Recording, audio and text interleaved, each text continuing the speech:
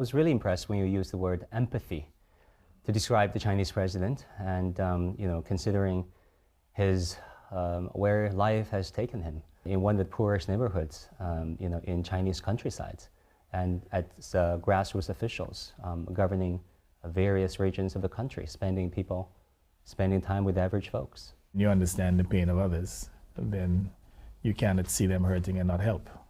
And this is where, in the words of President Xi, that we all have an obligation as human beings to help each other, to be benevolent with each other, recognizing our common humanity.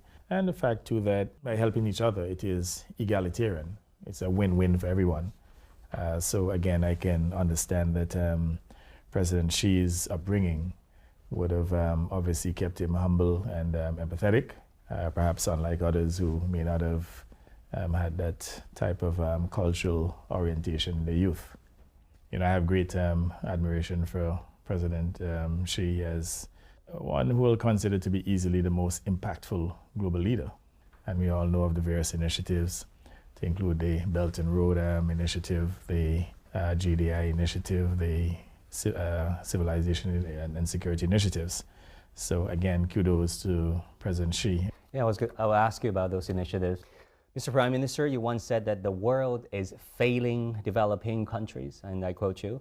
You also said, in the meanwhile, China has been using its resources to assist developing countries globally, building capacity to ensure that we too enjoy some level of prosperity, an issue that you briefly touched upon. Is that why you support China's Global Development Initiative and Global Security Initiative? You think this can be a promising new prototype? Absolutely, and the Belt and Road Initiative. I mean, as I said to you, there are some countries which, if it wasn't for this funding architecture that China would have developed, we would have been precluded from accessing adequate funding to fund our development.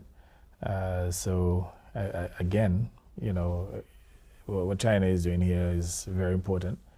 It's an act of benevolence that is appreciated literally by all developing states that would have accessed Chinese funding. And I would say here that the various initiatives have resonated globally, including the Belt and Road Initiative. And again, as I said before, we have been beneficiaries of that initiative. And whereas the developed world, they continue to dominate global resources and have not been very benevolent.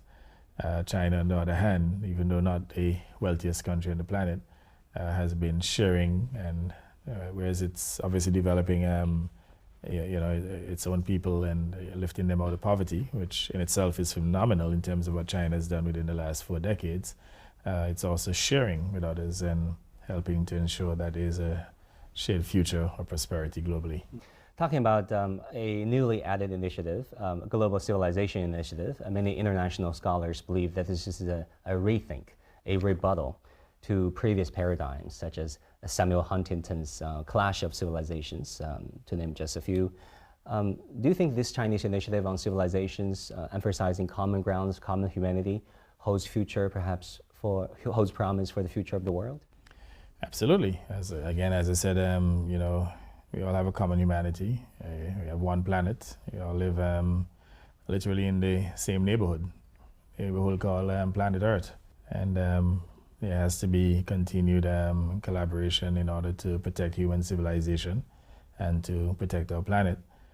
So, these are sustaining philosophies that will redound to the benefit of all. And again, commendation to the type of philosophical thinking that President Xi and certainly the PRC have brought to human endeavor and human thinking as we seek to have a more prosperous and resilient world.